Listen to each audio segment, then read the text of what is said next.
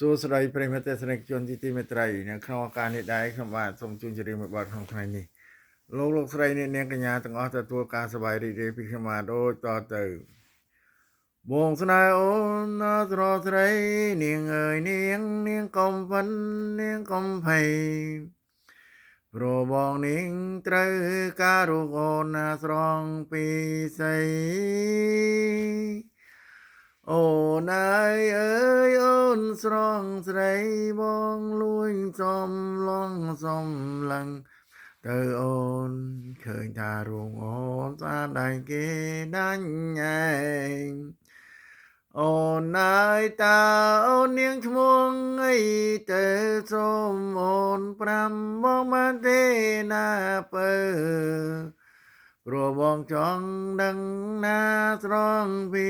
ស្អីអូនអើយអូនពិតជាស្អាតខ្លាំងណាស់ណា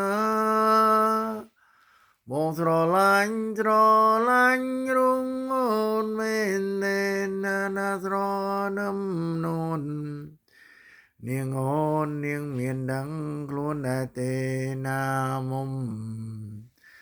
បងនឹងអូនស្នេហ៍នឹងគ្នាស្រស់ពុំមាននាងនឹងខ្លួនដែរឬ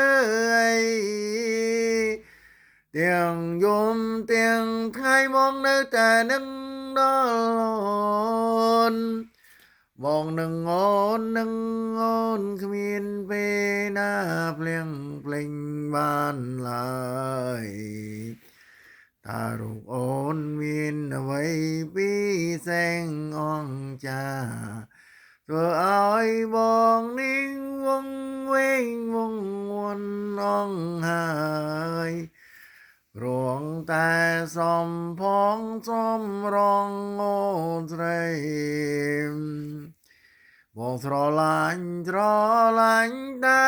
អូននឹងអូនអាណិតអូនណាស្រង់ពីស្អី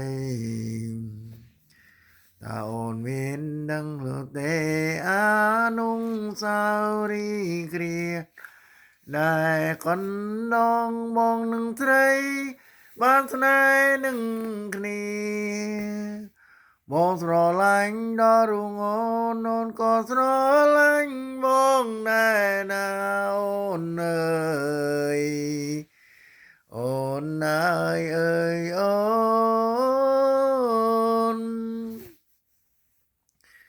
នាងអើយនាងសានម្លែងទេណាថ្លៃ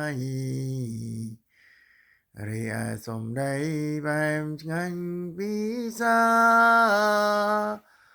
បងត្រូវការរួងអូនណាស្រង់នឹមនួន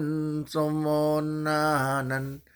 ណាទៀនស្នេហាដល់បងផងណាអូនអើយព្រោះបងនេះបងស្រឡាញ់អូនអើយបងស្រឡាញ់អូនអើយសូមតែស្រង់ពីស្អីអានិនបងផងណាអូនអើយ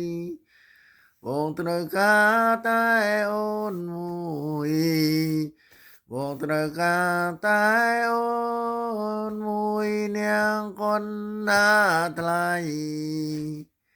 ព្រោះបងនេះបងស្រឡាញ់អូ